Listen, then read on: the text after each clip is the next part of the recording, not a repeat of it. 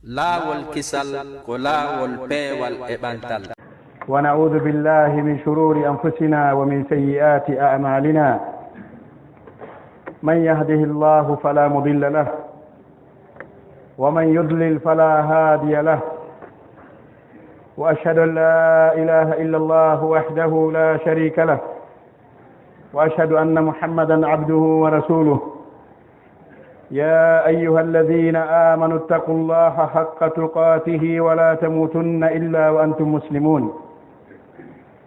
يا أيها الناس اتقوا ربكم الذي خلقكم من نفس واحدة وخلق منها زوجها وبث منهما رجالا كثيرا ونساء، واتقوا الله الذي تساءلون به والأرحام إن الله كان عليكم رقيبا. يا أيها الذين آمنوا اتقوا الله وقولوا قولا سديدا يصلح لكم أعمالكم ويغفر لكم ذنوبكم، ومن يطع الله ورسوله فقد فاز فوزا عظيما. أما بعد، فإن أصدق الحديث كتاب الله عز وجل، وخير الهدي هدي محمد صلى الله عليه وآله وسلم، وشر الأمور محدثاتها، وكل محدثة بدعة، وكل بدعة ضلالة، وكل ضلالة في النار. أجارني الله وإياكم من البدع ومن النار. ثم أما بعد، عباد الله، اتقوا الله تعالى. في هذا الزمان ينبغي للمسلم أن يتصلح بالعلم الشرعي، لأن الله سبحانه وتعالى جعل هذه الأمة أمة وسطا. يقول الله سبحانه وتعالى: وكذلك جعلناكم أمة وسطا. فالوسطية أيها المسلمون هي المنزلة بين المنزلتين، بين الإفراط والتفريط، بين الغلو والجفاء. وهذه الوسطية أيها المؤمنون لا شك أنها هي المرادة في قول الله تبارك وتعالى في سورة يرددها المسلمون 25 مرة في اليوم، ألا وهي سورة الفاتحة. فقد جاء فيها قوله سبحانه وتعالى: اهدنا الصراط المستقيم صراط الذين أنعمت عليهم غير المغضوب عليهم ولا الضالين. ففي هذا إشارة واضحة على أن الله سبحانه وتعالى اختار من الدين الوسطية، ولا يريد الجفاء ولا الغلو. فالجفاء هم النصارى، هم اليهود، تعلموا العلم ولم يعملوا به، فهذا جفاء واضح. والغلو هم النصارى، عبدوا الله بدون علم، فغلوا في حقه سبحانه وتعالى، وغلوا في صفاته حيث جعلوا مخلوقه إلها، وغلوا في عباداتهم حتى حرموا على أنفسهم ما أباح الله من النكاح ونحوه، فهذا غلو بعينه.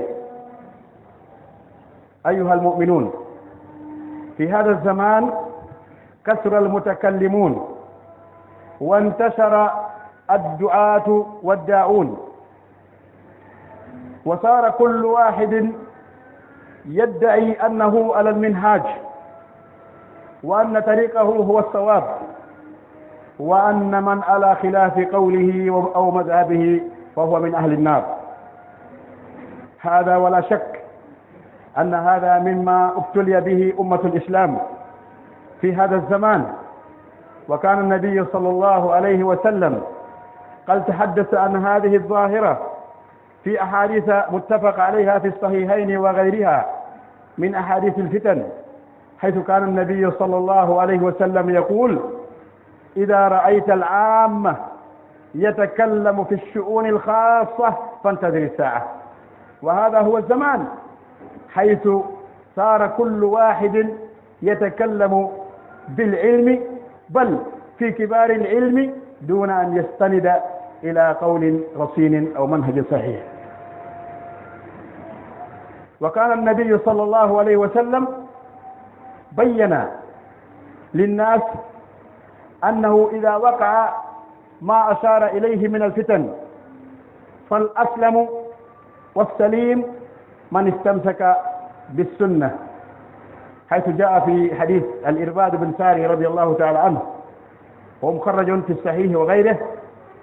قوله صلى الله عليه وسلم: فإنه من يعش منكم فسيرى اختلافا كثيرا فعليكم بسنتي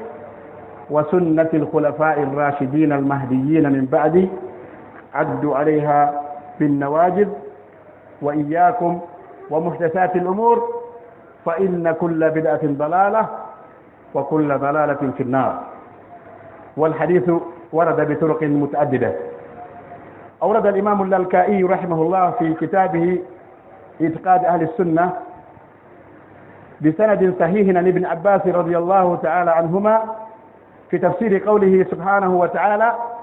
يوم تبيض وجوه وتسود وجوه. قال عن ابن عباس قال: تبيض وجوه أهل السنة وتسود وجوه أهل البدعة.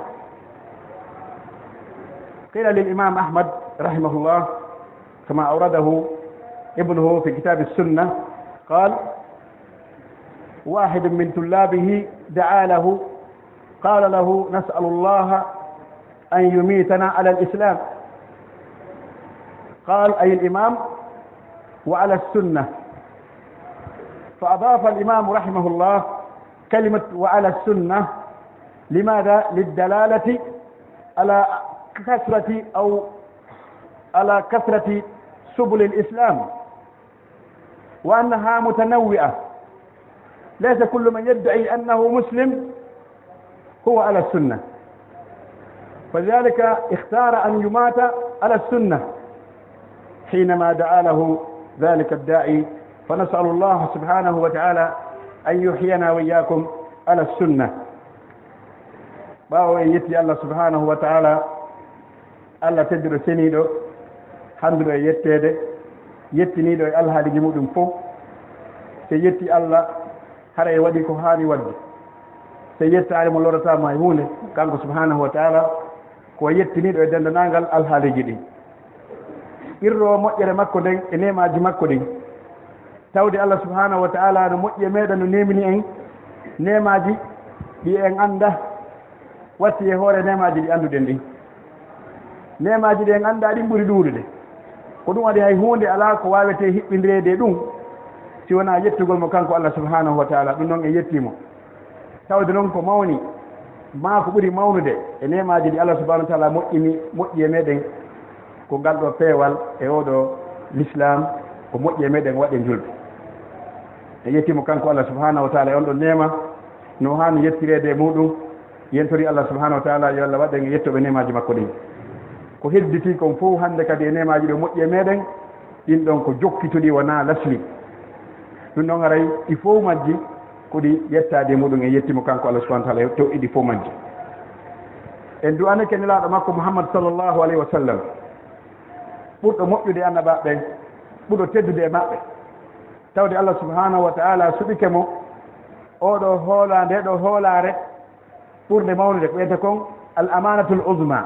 hoolare ɓurde mawnude nden fof hidayatul alamin, nelede fi tindin jama on ko hunnum ɓattinta ɓe ka Allah subhanahu wa ta'ala.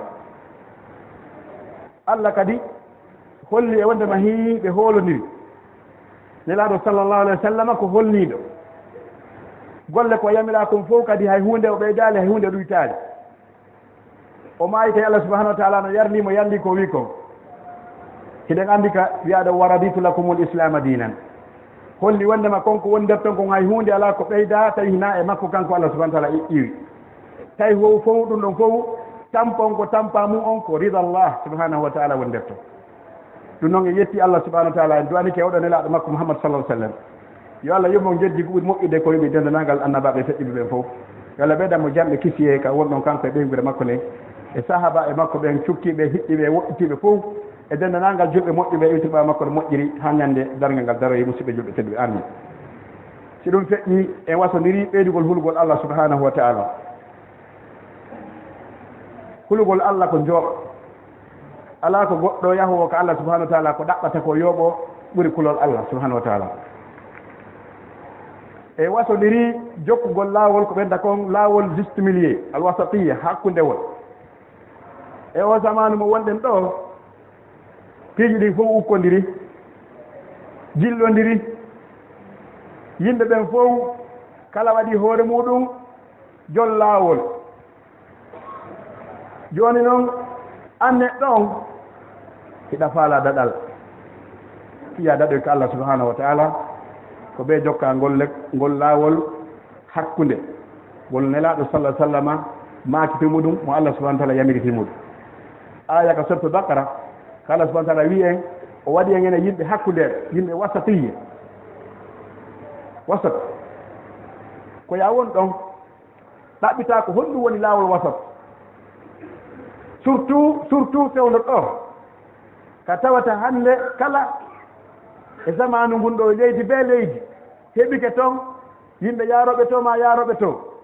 wuggotoɓe ma ñawgoɓe ma yaaroɓe nano ma yaaroɓe ñaama gacca laawol hakkunde wongol ɗon foti noon hiɓe andi foti ɓe anda foti ɓe mari gandal mum foti ɓe mara gandal muɗum e woodi woɓe mari gandal muɗum siwa ɓen ɗon wiyete adallahumullahu ala ilm e hoore hara ɓe mari gandal si Allah majjini no woodi woɓɓe goo hara ɓe mara gandal muɗum hara kamɓe ko husnu niyya ɓe jogii e muɗum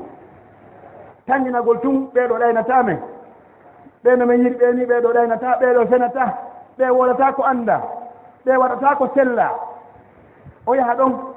tayle mo yamira ɗaɓɓitugol o wasat ɗay ko ngol laawol woni laawol daɗol ngal ko ɗum waɗi sen ndaari ko fatiha aya suratol ngol jangete ñande wo ñande jangegol naɓe noga e joyi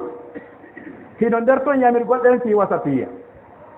ɓe yimɓe feƴƴintinɓe fof ma jaccinɓe fof hiɓe janngude fatiha kono ɓe ala taskade taskugol ngol ko honɗum ko konngol laawol wiyetengol assiratul mustaqim konngol woni ngol na angol wiɗangol de na angol wiɗangol siratul mustaqim ɓuri ko ɗon famaji ɓe sikkude kamɓe siratul mustaqim ko laawol ngol ɓe ƴette ngol telenɗa ma ngol ɓe ƴette ngol telen to ma ko defteɓe ɓe jannginen ɗo ma ko o fanni hoɓe janngira ɓen ɓe ko ɗon siratul mustaqim na ɗum siratul mustaqim siratul mustaqim ko laawol wongol hakkunde baynal jafa'i wal ghulu ko laawol wongol hakkunde raɓɓintinagol ngol e fantinagol ngol ko ɗon siratul mustaqim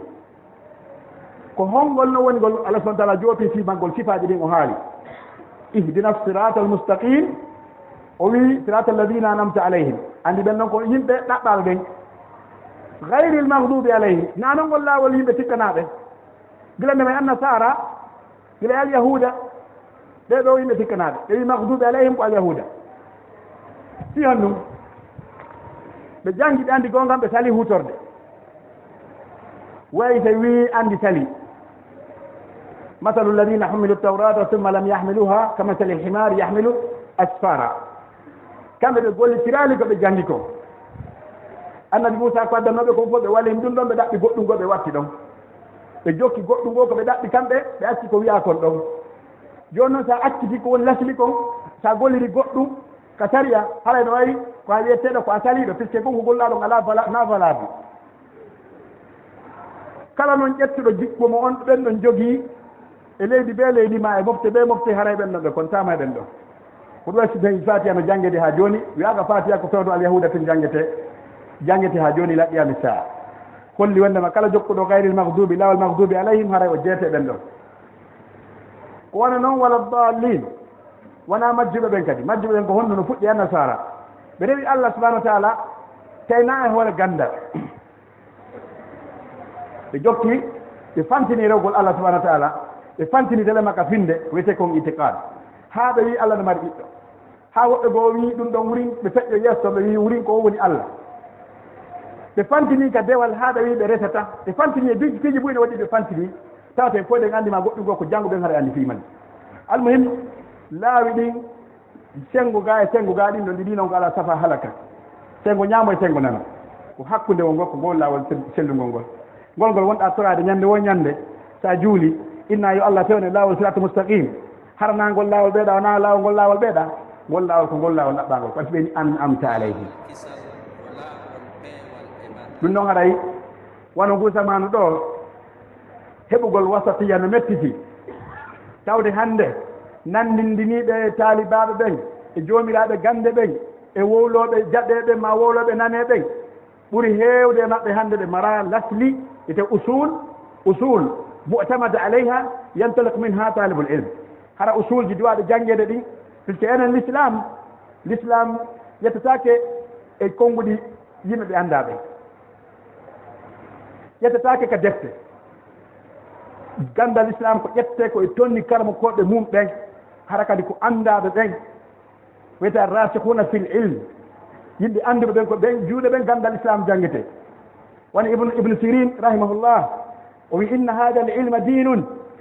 fanzuru amman ta'khuduna anhu amra dinikum amru oɗo lasili ara noon komo gandal inna hada al ilma ko ilmu inna hada al ilma dinun fanzuru amman ta'khuduna anhu amra dinikum idan andi gandal ngal ko ɓe hana daara teska ko juuɗe hommoɗa ƴettude ko ɗum waɗi tawi hande ɓoloɓe ɓen no ɗuuɗi e nder maɓɓe majjinoɓe ɓen ɓuri rulude goɗɗo noon no wawi wonde o majja e dina kam few kono mo wawi wonde majjuɗe e masalaji goo ko ɗo ɓe landi cheikh Baz rahimahullah ɓe inni si goɗɗo landama mufti so landama fatwa tawi wanda o masala ɗon hiyo honno wiyete wi on ɗon mo wiye ko dallun fi hadi l masala daga goɗɗo no wawi wonde dal harna e masalaji ɗin fof woni majjuɗo ko waɗi si goɗɗo ƴetti masala mo anda fi muɗum o inni o tabintina e masala o ma o riwa e masala o tawi o anda fi makko ɓuri kon o majja e majjine ko ɗum waɗi haɗay ɗaɓɓitugol lawol wasatiya ɗum ko important nelaɗo sallllahu alayhi wa sallam haɗa ɓe hulanno en so gusama no hewti ka yimɓe ɓen fof ɓay haray wolugol fi l'islam wolugol fi gandal ɗum ko honneur yimɓe ɓen fof haray ko teddugal haray ɗum kala no yiiɗi wolugol fi dina kan kala yiiɗi wolugol fi inna kañum kadi kañum wooli fi dina kan kañum janni fi dina kan kañum waaji fi dina kan haɗa yimɓe buyno jiñi fi ɗum hayɓe janggi seeɗani tum haray ɓe jiñi fi muɗum nelaɗo sala sallam maki no tawa e mandeji dargal ngal yimɓe takallumul ammati fi shu'unil khas yimɓe ɓe mara gandal ɗon ɓe wona rasikuna fil ilm yiya heɓe wola e masalaji jani fi muɗum tawata ɗi masalaji hay karmo koɓe ɓen suusata wolgol fi majji hiɗen andi imam malik rahimahullah sooda makko hari fatwa hari o wi tumande yimɓe capanɗe jeeɗɗo yimɓe madina seedanimo o hewti pilaki jaabago lande so jaabi ɗum kadi wona kanko landi ɓe yaha ɓe lando kaari ɓe no yaho landoɗa kaarijo on ɗo woni goho masala yani ɓe lando e goɗɗo ɓe lando kaarijo on woni ɗiɗi masala yani ɓe lando kaari on yeyka kaari ɓe lando kaarijo ɓen wi ɓe lando kaarijo ɓe lima tawi ɓe woni capanɗe jeeɗiɗo ɓen ɗon fof ɓe madinayankoɓe ɓe fotti wondema almam maliki wawi jabago lando en noy ɗon buye meɗen haɗa woɗɗo kono faala wiide wuri landela ni haɗamo faala wiide landela masalaji ɗi sahaba en go jaɓatano jabagol so daari joni ka deftere no ilam wokka en deftere ibnu qayyim rahimahullah o yeey to fatwaji buytaɓe ina so daari deftere musannafaji ɗi abdourazak maɗum so daari ibne abi cheyba o yeey fatwaji taabina no heewi to fatwaji sahabaɓe no heewi to kono so ɗaɓɓiti khulafa rachidun fatwaji maɓɓe ɗi nder ton on tawa ɗi fanɗi kalmo koɓe buye taabi inen so daari on tawi ɗi fanɗi o yiya toon tono ɗuuɗi ko fatwa oumar ma abdoul mas'oud ma ko nandi maɓɓe a shahid waɗugol jabagol fatwa hara ɗum tawaka yawgol jabagol fatwa tawaka e mandeji peewal waɗi ɓe addi ibnu qayyim adde ko deftere o wi ajra'ukum alal fatwa ajra'ukum alan nar suusuɗa moɗon jabagol lande ɓurɗo suusude wo moɗon jabagol lande ko ɓuri suusude moɗon natagol yite jahannam tan tawa mandeji dargal jabagol lande yimɓe ɓe janggaɓen jaabo lande masalaji ɗi kalmo koɓe ɓe towɓe ɓen jaboto fi muɗum no waɗi ka men ɗo lagine ɗo hande ma e leyɗe julɓe buy hande tampereji kon tampude ko wonkiji goɗɗum gono iwde tata ko saabu fatwa goɗɗo mo mara gandal buy fatwa makko ni wadde hayɗen maaya woɓɓe waɗa fatwa fi jihadi ɓenna waɗa jihadi woɓɓe waɗa fatwa fi harmingol goɗɗo ma fi inugol oɗo ko munafiqe yo ware ala fi jaza damuhu woɓɓe waɗa fatwa ko hina ɗum ɗen andi jomiraɓe ɓe jangga moɗɗo ɓen ɓe lugginta ɓen ɓe wona rasikuna fil ilm si ɓen ɗo woni heɗaɓe here wala fitta waɗa leydi ɓayno enen kamen ɗo réglementation ala ko ɗum waɗi haray an ko ɗum woni rôle ma on an musidɗo julɗo ko ɗaɓɓitugol lawol wasati e ɗaɓɓita karbukoɓe ɓen ɓe andiraɓe landoɗa no landota ni fi visa no landota ni fi mattanide landota ni fi yahugol janggoya leydi ma landora fi kala ko faɗɗa ko fi ingénieur ma dammagol suudu ma kala koni ɗaɓɓita vérifié landoɗa ha heɗa certifique wonno ko ɗum ɗo wona noon kadi jeeɓ ɗaɓɓita wasati yaw si wona ɗum a jokka e ɗo sikka an koye gonga wonɗa ko ɗum waɗi qul hal nunabbiukum bil akhsarina amalan alladina dalla sa'yuhum fil hayati dunya wa hum yahsabuna annahum yuhsinuna sun'a hara ho yadun annahu yuhsin boyno wodi harɓe sikkude kamɓe ɓe moƴƴinde ka ɗon ɗon har nayi lawol moƴƴo goɗɗon kono metti famude ha waɗi so ndaari hadith hudayfata ibn yaman radiyallahu anhu fi sahihayn wi kana annasu yasaluna rasulullah sallallahu alaihi wasallam an khayr fa kuntu as'aluhu an sharri makhafata an yudrikani hari oɗo hudayfa kanko ko ɗum ko landagol ahadithul fitan ɓuri ko woni ka sahih bukhari ka sahih muslim a taway ko hadiseji hudayfa ma ɗimmoɓe makko yen andu gandal no woni façon ɗiɗi no woni koyete sigarul ilmi no woni koyete kibarul ilm gandal tosokal no woodi wono fi salligi ma fi longal ma fi hajju ma fi julde ma fi masalaji goo tawata ɗiɗal hiɓɓetake e muɗum wono ɗi hudud kala ko wonti ittete muɗum hayso ko fi hidde taƴugol jungo goɗɗo warugol goɗɗo jeeni ma warugol warɗo goɗɗo ma ko nandi ɗi masalaji ɗin ko masalaji jandi koyete kibarul ilm na wonɗo o naata hoore mum nder to ndaare hay Cheikh Ousaymin ndaare ɓen ni gouvernement saudi yimɓe faalamoɗo go qaabi o sali woni wakkilaki fes kanko e ngal gandal makko e ndineji makko e ngal peewal makko e holugo hulgol Allah subahanahu wa ta'ala tawi o wakkilaki wolugol inna oɗo ko moƴƴo oɗo ko bonɗo puisque moƴƴo on ko yo daɗu bonɗon ko yo warma ko yo jungo makko taƴi o wakkilaki ɗum kanko Ousaymin rahimahullah ɓe balɗe ɗo kañum waɗi ɓe gandi kanama koɓe buyi ka tabi'ina en ma ka atba'i tabi'in ɓe jaɓano wonugol mufti ɓe nama mi waɗima hoore mufti e leydi o jaɓali mi waɗa deftere ma nden nde ɗo janggueteɗe leydi o jaɓali mi waɗama qaabi o jaɓali so daari ko defde siraji sahaba ɓen e tabi'inayi e karama koye muɗum o yiya toon yimɓe bos dongal e wakkande karama koɓe ɓe jaɓano ɓattagol laamu ngu ɓe jaɓali ɓattagol ko wiyete kongu few ɓe jaɓano kadi jabagol fi hono wiyetala fi ka ƴiɗa hibbete hande no woodi sukaɓe hara a anda konto ɓe iwri anda honto ɓe fokkiti anda karam ko maɓɓe anda deftere ɓe jangi anda pewal maɓɓe anda nungal maɓɓe anda kulol maɓɓe Allah hiɓe jaabo lande hara si almam Malik landama so majji o jabotako imamu Shafi landama o jabotako walla joni si imam Bukhari landama o jabotako hara si Albani no wurno hande hara so ɓe Albani o jabotako si ɓe landi ko Moubarak mo wurno o jabotako si Ousaymin no wuri ɓe landi ko jabotako hara kamɓe ko ɗon lande ɗon jabade hara wurin ɓe considéra ko watta woye waɗa si mayete haji maɓɓe ala si dega waɗa haji maɓɓe ala si fitta waɗa haji maɓɓe ala si yimɓe julɓen seede wona pecce pecce haji maɓɓe ala si l'islam bone haji maɓɓe ala kamɓe jaabi ko ɗum gonga ɗum woni wasatiya bendaren ko ɗum wasatiya ɗaɓɓite lawol ngol fiita en boniren si tawi yimɓe ɓe mala gandal ɓe fonnama e karama koɓe jangguɓe yangi duuɓi sappo duuɓi nogay hélicopte jooɗi e juuɗe talibaɓe andaɓe fi muɗum e l'école université andaɗo fi muɗum e ha ɓe hewta nokku goo ɓe ƴetta kaydi ɓe jonnama ɓena hi an men newni wolu fi l'islam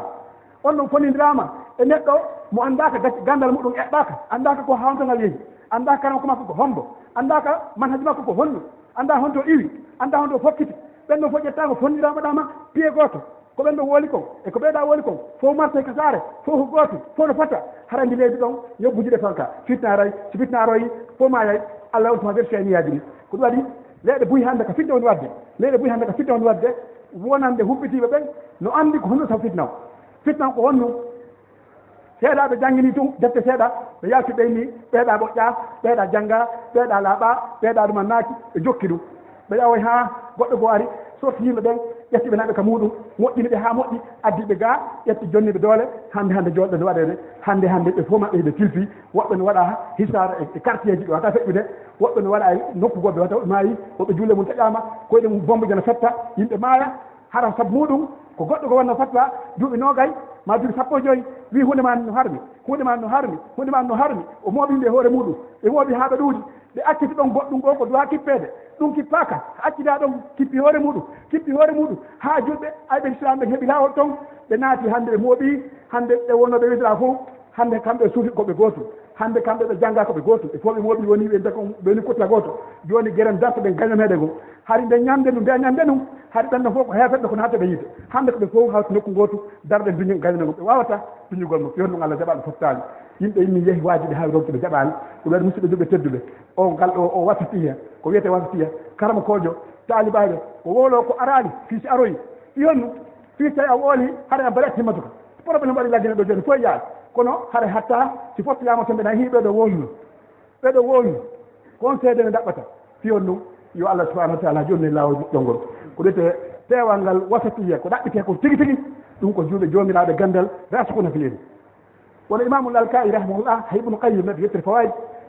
o addi o hadise ɗo hadise waɗi samde makko haalannoyi o wi woɓe landi ibnu abbas radiallahu anhu ko honɗum Allah faami ko wi yawma tabyaddu wujuhun wa taswaddu wujuh o wi ko ñande gueece yimɓe sunna ɓen jalbata ñande gueece yimɓe bida ɓen ɓawlata holli wonde ene daɓeyoɓe ɓen ko yimɓe ahlu sunna ɓen kono woni hadis oɗo ibad bun sadi hen yaaɗo sallallah alih sallam ɓe maki o hadis ɗo ɓe waaji sahaba ñande goo ɓe juuli subaha ɓeni ɓe dari ɓe ɓahi ka leggal kamɓe wodaraɓe ɗo leggal ngal ka nde juulirde ɓe daroto ɗon ɓe ɓaho ɗon bilal darobinde maɓɓe ɓe waaji ɗon ha fana woɓɓe goo acci ɓe ɗon yeehi andi woɓɓe goo si leere mum o yonimo yaha ɓe acci ɓe waajade ɓe yeehi ɓe arti ɓe tawi ɓe waajade ɓe waaji ɗon ha fana he goto imaka immi ɓe yeehi ɗen arti tawti fana kadi ɓe waajade ha joni continue ɓe da islamu gila ka fuɗɗi ha ka hatti ɓe waɗi contrat ni fof muɗi ɓe woni fof kala ko dina kam ko ɗum ɗo ɗum ɗo ɗum ɗo ɗum ɗo ɗum ɗo manitiɓe manitiye ƴiti ɓe ƴiti koɓe sakkitorno kon ko ɗum essentiel ka ɗuma ɗo woni haala ɗo o wi ɗe gatiɓe fuɗɗori hadis wa adana rasulullah sallah sallam zata yawmin mawidatan baliga zarafat minha al uyun wajalat minha al qulub fa qulna ya rasulullah ka annaha mawidatu waddi'ik ɓe waaji ɗon hayno fof huli woɓɓe no wullude koɓe waccino ɗon kon ɓe wi fa aleykum bi sunnati wa sunnati khulafa rashidin mahdin bad yamiri on jogitagol oɗo lawol sunna an e sunna sahabaɓe witir ɓawam ɓe holli wonde ma neɗɗo julɗo on koko wiyete wasatiya seɗa ɗaɓɓitude ko lawol sunna ngol ɗaɓɓitata ɗaɓɓito lawol sunna ngol lando ha anda hi ko golɗo lawol sunna ngol ko golɗo lawol yimɓe sunna ɓen sa landike hay yiiti lawol sunna ngol on tuma landuɗa noon hannde kadi sa naati ka nder lawol sunna ko honnu watta ko piiji ɗiɗi woni arnumaɓe armo ma ɗum honum landagol dalil ɗimmum ɗum ko landagol peewal salafu saali muɗum dalil on nano famirɗa noon a nano min no famiri noon kono salafu saali famiri noon a dalil on ala noɗɗuma taw ko ɗum arano ɗum landuɗa hi dalil on hono woni dalil ma wigol hunde mani dalil amon ko o aya ɗo ma ko o hadisi ɗo en feƴƴiɗo joni heeɓi dalil on dalil on no selli mo sella en andi ɗimmum ɗum hihi koko famuɗa ɗo an joni o dalil hadi salafu sali kadi ko ni famiri o dalil addi e karama koɓe salafu sali feƴƴunoɓe haɗa ko noon ɓe famiri no famirɗa ɗo ni sa addini ɗo ɗiɗi a addi dalil o addi faamu sahaba ma tabi'ina ma ahadu min aimatil mu'tabarina hara woni manhaj sahih hara noon ɗa sa jokkiɗo ngo majjata hay so noon ɗuuɗa jokkuɓe ɓen hara ɗum ko laawol laawigo tawi hino wiyama malikiyankoɓe wiyama hambaliyankoɓe wiyama shafiyankoɓe wiyama hanabilayankoɓe wiyama ahlul hadith joni fo mum ko laawol goɗɗo jokkuɗo hara ko masala ma o yataraddadu bayna amrayni bayna rajihi wal marjuhi wona bayna sawabi wal khata peut-être ko bayna raji wal marjuhi woni wonde wonta bayna sawabi wal khata bayna sawabi wal khata ko so tawi ala ndaki dalil donc bayna sawabi wal khata so si an sa jokkitayna dalil haɗa ko sawabi wal khata woni ɗon dalil on kam woni sawab ko dalil ala woni khata ma ɗum alandike heeɓi dalil kono alandaki manhaju sahaba fi hadihi l masala kayfa fahimahu sahaba ko ɗaɗina السلف الصالح بفهم الكتاب والسنة بفهم السلف وين بفهم السلف وقتها وفيه نكبه فما عند صحابة هون بفهم بون فهم السلف أن شو وقتها لا يوند هبي دليل أن كن هذا فهم السلف تواكا شفهم السلف تواكا هذا هاجوني كخطأ كستاني فهم السلف تواما وني فهم جديد ما وني فهم جديد ما وني فهم جناي فهم السلف هذا يتردد بين الراجل والمجهول وانا جول يقول السلام عليكم ورحمه الله السلام عليكم ورحمه الله ما وبركاته ما لو يقول مثلا دي حرك مثلا جد دي ما فوق جوده بند ود ما كدو ود ما ودي يقول هر ودي كلمه دليل وفامي دون دا فامي دون دا دونك المر دليل دي نو فدama don arama ka faamu sahaba en kadi ma salaf no famiri façon ji buy don haray no considérade fo ma jikko di considérade kono so tawi dalil ala ma dalil on nano sahaba en famiri haray sa jokki lawol majjere ɗum noon hay day dalil no feeñi honɗum nde puisque يترم أو صحابي يترم أو صرف السالم فاندنون أقول قولي هذا واستغفر الله لي ولكم فاستغفروه إنه هو الغفور الرحيم.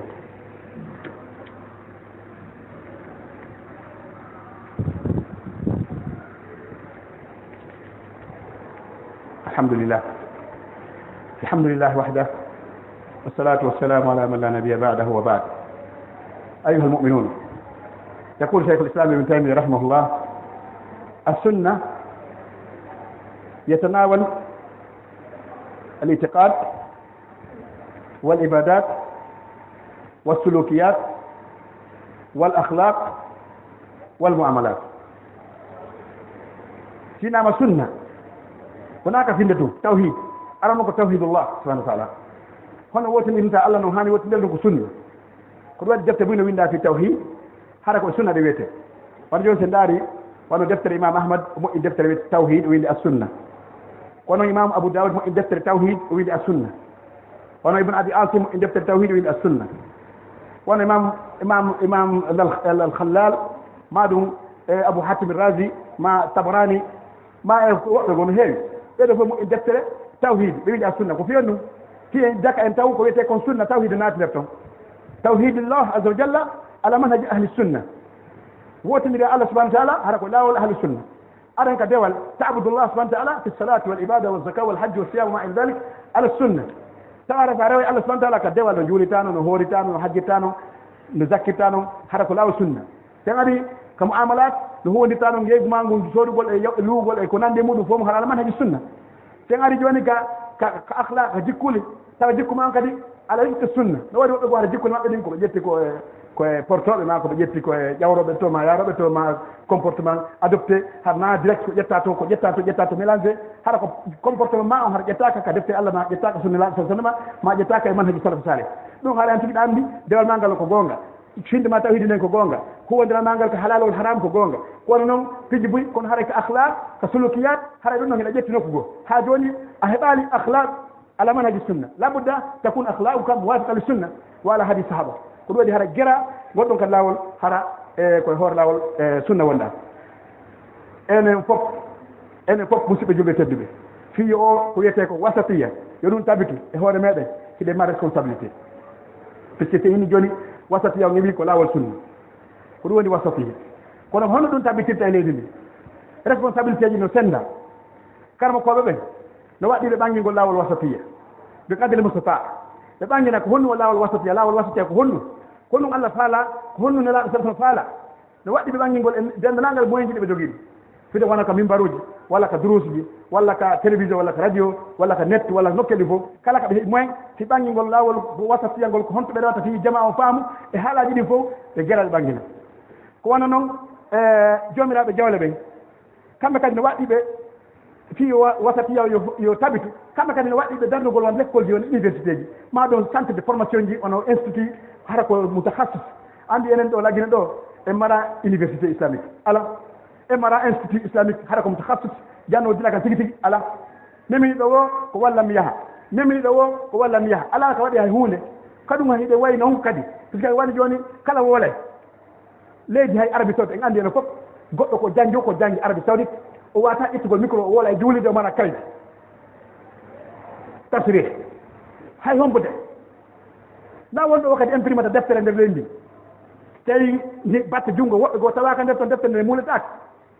ko fii hono naati anangol yimɓe ɓen ko fii réglementugol piji ɗin harana ko woni o yimɓe ɓen fof jonnata woɓɓe goo wata vérification bon enen ɗo kala wolɗo kala jannguɗo hadisaji ɗiɗi o woni waagetoɗo o woni jabotoɗo lamde o woni wolo e radio o woni wolo o netti walla waɗa Facebook dokkeli fof hara woni patron jo kankadi walla abou ibrahima abou yahya abou ishaq abou hara joni hannde kadi inde ɗen fof joni mo kala inde naati muɗum ono woola ko woni wo kañum kadi réglementaki ko ɗum waɗi sa ƴetti gandal ma ngal ka netti a wona e netti tous haɗa wonta gandal ƴettaki internet gandal islam manhaji islam ƴettaki internet ƴettaki Facebook eɗen andi ɗum ko moƴƴinira ɗum fi piiji goo gérugol fi espionnage fi gérugol piiji goo hannde kadi joni woni mondial no gollirede piiji harna ɗum noon tun kono ha joni ko moƴƴinirano ko fi muɗum no gollire fi muɗum kono no gollire joni e piiji goo ɓa woni gandal technologie woni universel kono hara na woɓɓe toon fottuɓe toon ɓe fof na goɗɗo goo woli woni o kanko mo yii o ella ala sammodigol debbo janno gorko janno wo commentaire o woni ha gani ko Facebook o ni commentaire yimɓe woɓɓe gari commentaire woɓɓe goyna vraiment sa ko wonga nan nandi vraiment ka dolan tawtuma goɗay non non ɗum ɗon haray moƴƴa joni ko siɓa ɗin piiji ko goɗɗo wola ha gana wola ko hulɓini oyna commentaire yo yimɓe en commente mo kala wonɗo commente ɗe o andama wolo ɗum o andama ko espion jo ko portojo ko kefere ko julɗo mari gandal maɗa gandal ko faala majjinde yimɓe fof o anda oyna commentaire ley ɗo yimɓe gara kañum kadi mo kala wola ko mum ko joni noon goɗɗo jooɗo mi yi goɗɗum ka Facebook yitani ko mi yi goɗɗum ka Facebook goɗɗo no wi hunde mani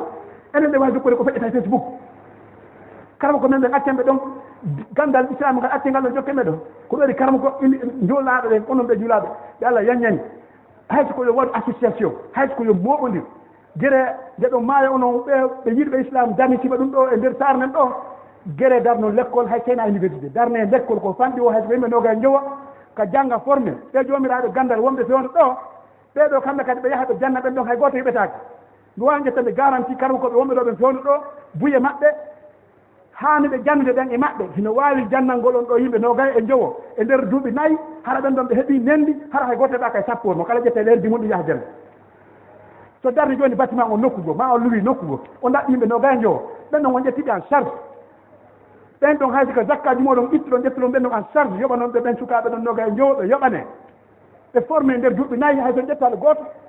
sen ɗon ɓen nogay e jowo e nder région ji ɗi ma nder saare nde inna goɗɗo yuru mamu goɗɗo yuri pita goɗɗo dalaba goɗɗo ino telmine goɗɗo ino laɓe goɗɗo yuri ɗo senda ɓe ha inne hiisendamo kala heeɓi ɓe ɗo kala mon adde meilleur ɓen adde meilleur ɓen ɓe naade nogay jowo lewru ɓe ɓe jonne salaire maɓɓe on ɓe mbaɗa goɗɗum go koɓe jang koɓe gollatina janngol no salaire maɓɓe kun ɗo e nder on nogay jowo e nder duuɓi nayyi wallahi si ɓen ɗon si duuɓi nayyi si ɓe gayni siko julde ɓe jonnaɓe yahay siko l'école ɓe jonnaɓe wahay siko université hono garadio ɓe jonnaɓe wona ko kelɗi haray ɓen ɗon ɓe heeɓi formation garantie ɓe jonnete kadi kayɗi koɓe yeewi adna allah on haray ɓe reconnaissant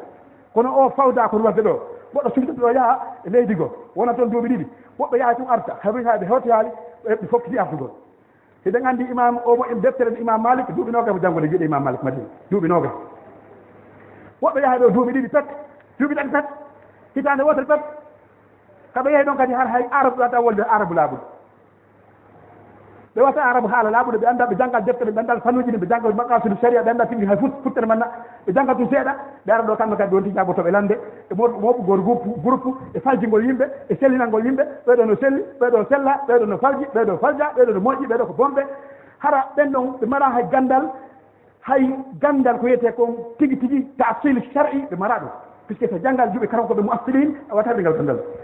kala moɗon sikkuɗo goɗɗon wawi yawde tun jangana hoore muɗum ma focca yimɓe ni tun haɓat hasar jangga ɗo arɗo hocco ɗo walla si gonga fuɗi on ɗa snat jokkuɗon ko ɗum waɗi haray ko minata onon ɓe Allah yaññani ɓen enen fof Allah no waɗi responsabilité hoore moɗon a hoore amen misal baɗɗen e hoore mon onon jomiraɓe jawle ɓen onon kadi ƴette responsabilité mon o dongal ngal no jandi wona goto mon tu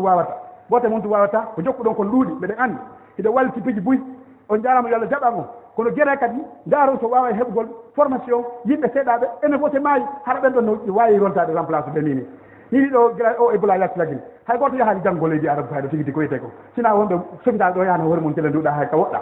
bon sa jangguiɗo a janggale juuɗe karama koɓe sawdi ɓen tigi jangguɓe man haji salafi andi tigi tigi gonga a janggale juuɗe ɓe a janggale juuɗe ma jangguɗe juuɗe maɓɓe ko yahata jangga ka konkoji enen tigi ɗe gande kanko batiyaga ko jangguete konkoji ɗi goɗɗo janggi ɗum ala important ko jangguete kon ka konkoji na université andaɗo wona juuɗe karam kojo andaɗo ɗum no ala baraba min mi konjirta goɗɗo ko janggoɗo tawi o janggal juuɗe université andaɗo o janggal juuɗe karam kojo andaɗo na ha jonno sino faala noon heɓa radio faala heɓa télévision no faala heɓa wola hunde konjirta neɗɗo hajake goɗɗo o jangi tawi ona gandal janggal o mara karam kojo jogui o garantie a janggal université jami'a islamia a janggal université islamique andaɗo fi muɗum hano feeñi fof no andi ma e juuɗe karam kojo talibajo andaɗo haɗo karam kojo ɗo no anda heewi ko lawol man sahi o jogui yawko tum jangga ka konko e rideau ji ka waɗa jangga ɗon hocco ena konen toon ene woni yimɓe jimɓe ahlu janna ɓeto ko yimɓe ahlu naare ɗum ɗon tum homo konjita ɗum ɗum hajano alasa ɗum tawi noon ko ɓe sikku ɗum gonga ɓe jokku ñande noon allah iɗon andi leydi si fitna waɗi fof ma yagoy kono yawma kama laaɓoye ɓe yimɓe wonɓe wadde ka siraji ɓe ala ka kene ko ɓuri kon ko fitna ɓe min enen fof noon fanken ɗon accen noon fitna ñande min woni fof e nangoto ko ɗum waɗi haɗa onon jomiraɓe jawle ɓe namin ta wujuban an waagol wajib walakin tarhib puisque mi ɗo anndi mo kala hano fayi hoore muɗum piji buy goɗɗum go woni ko Allah nabde ɓay hara hakkendongal kotiɓe kono ɓen tori ɓay innama joni o wasa siyasi tabitay ko be gandal ngal tabita ngal wawata tan fi tungal gol be joni am ko en woli non to wada gandi ko be janne suka e wara nebe ko te ko at-ta'sil shar e anda ko woni usul din an tig du wata hebar sina toni karam ko bon onon kadi jomiraɓe gande ɓe daare siko yiitudu siko waɗu reni yo kala ka woni ye tori kala subhanahu wa ta'ala yo Allah wa non to gangal kono noon jomiraɓe jaahu ɓen kadi lamɓe ɓen kamɓe kadi hayso ɓe watta e woole kamɓe kadi responsabilité ne maɓɓe fi yo tabito puisque ko homɓe woni bénéficiaire si tawi wasati e tabiti e leydi ko laamu ngu victime arano si leydi si wasati e boni leydi ko laamu ngu daare wona leyde ka wasati on boni ɗon ɓen ƴetti pinka warti wasati ala ɗon ɓe ƴetti pinka ɗo wakkiti hay ka leyɗe araboɓe no nokkel goye leyɗe goo wasati ala bon ɓe ƴetti pinka ɗo wakkiti ɓen ɗon ko hombo woni victime arano e leydi ndi ko gonga yimɓe ma hay kono ko laamu ngu ɓice dépense ji koen dépense ji hannde fi dartagol ɓen wakkile pinkaje ɓen kamɓe ɓe fiɗɗi wonde mo maayi ko maayi nato aljanna bon waɗa vidéo ji tricage fenade ɓe nawa ɗo ko maayi mo moosi hara ko fenay harana gonga minen mbiɗen andi kono haray ko hollugol sukaɓe goo janfoɓe ɓe nawa ɗo maayi mo moosi tawi on haare wona fi aljanna wuri har mo sigi aljanna makko on ɗo wona hara ko tricage wona gonga almuhen ko woni victime arano si tawi wasatiya boni e leydi laamu ngu no tawa puisque si tawi ɓe ɓeyda militaire ɓe ɓen ɓe ɓeyda armée ɗen ɓe ɓeyda service renseignement ɓe ɓeyda dépense ji ɗin fi hono fi gérugol ɓe yimɓe waɗa ɓe ɗin attaque ɓe yimɓe waɗa ɓe ɗin probléme andi joni noon ko kamɓe ɗo noon yoɓe yahoɓe finance ɗum ɗon si ɓe wattani no yimɓe ɓe jeeri kamɓe kadi hara ɗum ɗo ɗumunoɓe moƴƴande puisque hara ɗon dépense no ɗoyti leydi no ɓutti goto ala hulde hay hunde joni noon si ɓe acci ha fettoyi wasati on boni woni hulu woni saabe woni fawda hande kadi non seulement ɓe finance ay mbuuɗi non seulement hara yimɓe boni wonkiji bonay non seulement kadi haray kulol no woodi yimɓe mo kala huuli ka woni ɗon hara no huuli taw hara no visa ma ko nandi muɗum ɗum noon kamɓe kadi no waɗi ɓe responsabilité immagol e ndar enen fof joni ɓen kadi waɗi en wiyete ko gérugol ndara si wasatiya no tabitira e leydi ndi fiyon nu kala meɗen si tawi goɗɗo ari addi goɗɗum karamakoɓe leydi ɓe leydi Allah no arti karamakoɓe ɓe Allah subahana taala ardini e gon ndi leydi ɗon ko tata hiɓe hoola hay seyna ndi leydi ɗon hara ɓe hoola nokku goo hara ɓen ɗo no wawi yeru konko ɓe hoolaɓe no wawi dandude yimɓe umumu nas hara yimɓe umumu nas iwtirali accali iwtirgol ɓa ɓen ɗon ɓe iwtira ɓawa woɗɗe goo fiito yiɗgol kesu maayi innogol oɗo ko siɗɗan ni ma ɗum oɗo ko sen goto no yiwde ko ɗum waɗi haray musidɓe juɓe tedduɓe ko wiyete kon o wasatiya ɗum ko hen fof immoto hawtide juuɗeji men ɗin tabodiren en fof jomiraɓe gande ɓen e jomiraɓe jawle ɓen e responsable ɓe ɓen e onon fof enen fof umumu nas en fof tamodiren ha tabinten o wasatiya puisque ko ɗum dinullahi halis dina Allah kan tigi tigi ko wasatiya ko waɗi Allah subhanahu wa ta'ala ihtina sirata mustaqim wallawol ngol tawata en fof ko ngol woni en torade Allah subhanahu wa ta'ala hawrinde en allahumma izzil islam muslimin wa adil shirka wal mushrikin wa hin kaydal kafirin اللهم من أراد بالمسلمين وأراد بنا سوءا فأرجل في نفسه وجل تدبيره تدميرا عليه برحمتك يا أرحم الراحمين اللهم امر في غنى أمر رشد يعز فيها الطاعة ويذل فيها المعصية برحمتك يا أرحم الراحمين سبحان ربك رب العزة عما يصفون وسلام على المرسلين والحمد لله رب العالمين لا والكسل ولا والبي والإبان